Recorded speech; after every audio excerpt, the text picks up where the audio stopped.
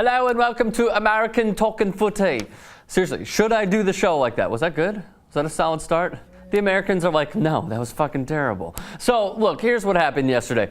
At the Etihad Stadium, Manchester City fell for the first time at home this season, and they were shut out for the first time in 61 games against Chelsea Football Club. Now, what I love, I'm not going to break it down from a fucking tactical point or anything like that. I'm going to give you my notes, and then I'm going to read your notes, as you guys always do, lovingly so, chiming in on Twitter. Here's what I saw. And firstly, I play, and I know this doesn't relate at all, I try to remain as objective as possible. I know a lot of people hate Chelsea. I am not a Chelsea fan, but what I love about them, and the reason I play with them on FIFA 14, is because I love their midfield. I love that they have Willian on the wing, and they have Eden Hazard playing that sort of center attacking mid role, and they have Ramirez in a defensive-minded midfield role.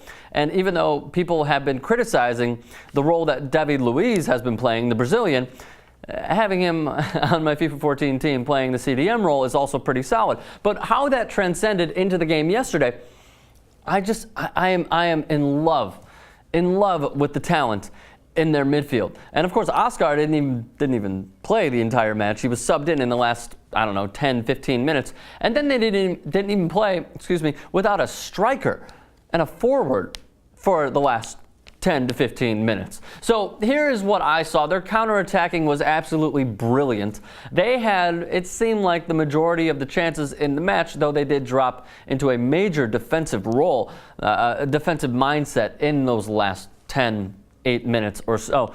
The reason City lost is obvious, and it doesn't need to be stated more than this. They don't have their great goal scorer in Sergio Kun Aguero, and they also do not have Fernandinho holding it down in the midfield. So you see Yaya Toure going way back in the defensive third, and then he goes way in front in the offensive third. He was roaming around like crazy. I actually felt bad for him. You're not going to win with Martin Di Michaelis, a.k.a. Zorro, in his past life, possibly playing that holding midfield role. Look, Chelsea are a fantastic bunch. Yeah, they've dropped some bad games. They've tied in some worse games. But they looked so good. Not that City didn't have their chances. But when the net was open, Eto'o missing and hitting the post and it going off. I mean, they had a bundle of chances. Both teams did. But Chelsea, with the way that Eden Hazard is playing... By the way, a lot of people say that I look like Eden Hazard. No. Just because we're white and we have skinny faces and short hair doesn't mean that we look alike. But what I love about Eden Hazard is, look, he's not the biggest guy on the pitch. We all know that.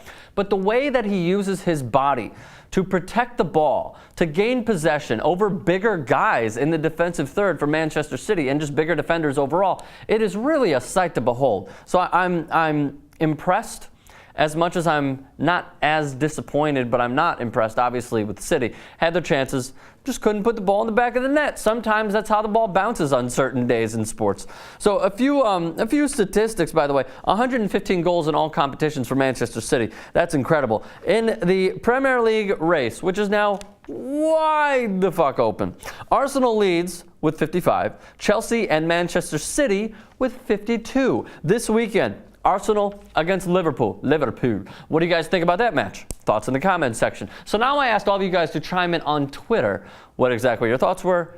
Here are those. Klimza Dro, tweet type extra. Mourinho still got it. It's audacious to assume Wenger is tactically better. And then he puts in a sigh at the end for some reason. Mr. Buckets, Lefty B, tweet type extra. Mourinho disabled Manchester City and turned the Premier League into a 3-horse race. Best tactician in the game, in my opinion. Go Blues. So we know where you stand and who your fanship lies with. Full-Time Devils, great YouTube channel. After this video, of course, check out their YouTube channel, youtube.com/fulltimedevils. They tweet at me to get on the show. Tactical masterclass for Mourinho, using attacking players to press from the front, but are City over-reliant on missing stars? In my opinion, yes. Moving right along, Sam Calvert Schultz.